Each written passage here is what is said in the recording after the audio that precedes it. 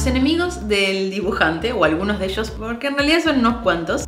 Desarmar el yo crítico. Por ejemplo, el de Julia Cameron se llama Nigel. Cuando uno escribís los pensamientos que vas teniendo, llenando más o menos 3 páginas diarias, vas viendo que van a ir apareciendo esos fantasmas, esas ideas de creer que no lo puedes hacer.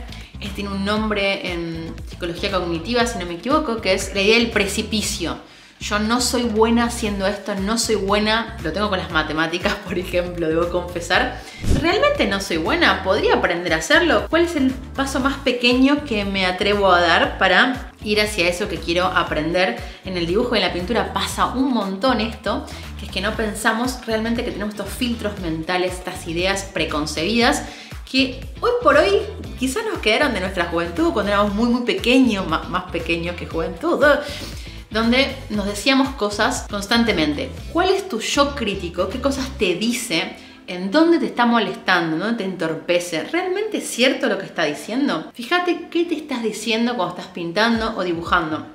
Yo noto muy frecuentemente en las personas nuevas que se acercan al taller a dibujar y a pintar que este yo crítico es un canalla, es un maldito canalla, que lo único que hace es molestarnos, y van a escucharse diciéndose a sí mismos que no lo pueden hacer, que no va a salir bien, que es para personas con talento. Yo no creo para nada en la idea de talento, sí en cierta accesibilidad y facilidad y producto de la práctica.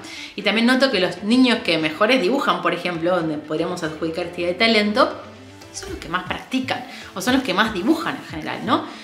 Pero bueno, sin irnos por las ramas, ¿qué es lo que te estás diciendo? ¿Cuáles son esos pensamientos perfeccionistas de tu yo crítico que están deteriorando tu nueva identidad como pintor y como dibujante?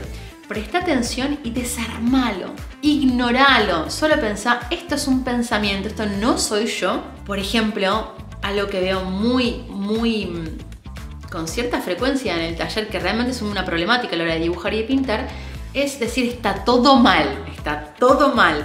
Si uno habla en términos absolutos y no podemos erradicar esto, llevarlo hacia una acción concreta. Si uno dice todo, no está diciendo nada. Todo es nada y nada es todo, es demasiado general. En cambio, si decís, bueno, no me gusta este dibujo, ¿qué puedo hacer para que funcione mejor? Y no soy yo, atención, yo no soy mi dibujo, soy mucho más que eso, esto es un dibujo de miles que voy a hacer. ¿Cómo puedo distanciarme de ese yo crítico? No digo que uno no lo utilice para mejorar y para empujar su pintura y su dibujo, sino esencialmente pensar que es un pensamiento que tiene mi mente, pero no soy yo. Y si estoy diciendo todo está mal, pues no sé qué corregir.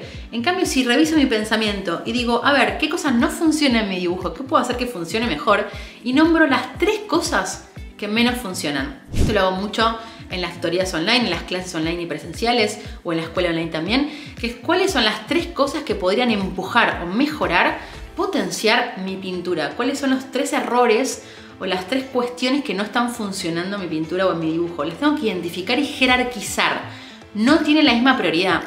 Otro error muy habitual es decir el ojo, la nariz o situaciones muy minúsculas dentro de mi composición que de ninguna manera determinan la unidad. En esta idea de jerarquía o de macro a micro, ¿qué es lo que no está funcionando en mi dibujo y en mi pintura? Identificando cuáles son estos sesgos cognitivos, estos pensamientos intrusivos que no me permiten pensar en acciones chiquitas que van a ir acumulándose con el tiempo y van a ir generando progresivamente un enorme cambio en mi dibujo y en mi pintura. Prestale atención a tu Nigel, prestale atención a tu crítico interior, porque te está limitando de hacer cosas realmente preciosas y valiosas como es dibujar y es pintar.